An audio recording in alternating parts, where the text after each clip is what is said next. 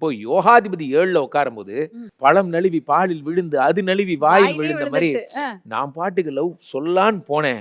ரொம்ப நேரமா அவ எனக்காக தான் வெயிட் பண்ணிட்டு இருந்தா. அந்த போய் இந்த குழந்தைய அப்படி எடுத்து அப்படி முத்த கொடுப்பா பாரு, அப்படி எனக்கு கொடுத்த மாதிரியே இருக்கும் ஷோ அப்படிங்கிற தனுஷ் மாதிரி.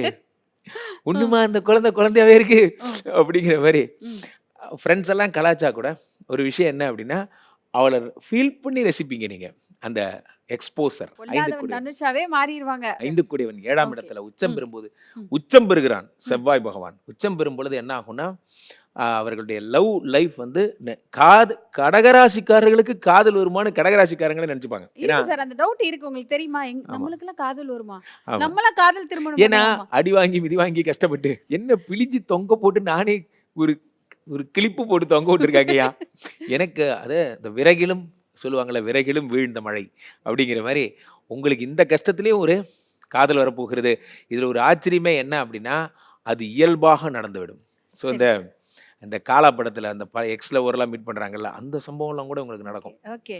அது அன்னைக்கு நாள் என்னை பார்த்த உடனே நீ இந்த மாதிரி ட்ரெஸ் போட்டிருந்த, எவ்வளோ ஞாபகம் வச்சிருக்க நீ அந்த பாட்டு வேற அப்படின்னு. ஓடும் பேக்ரவுண்ட்ல. எஸ் கண்ணம்மா கண்ணம்மா ஆ. அந்த மாதிரிலாம் வரும்.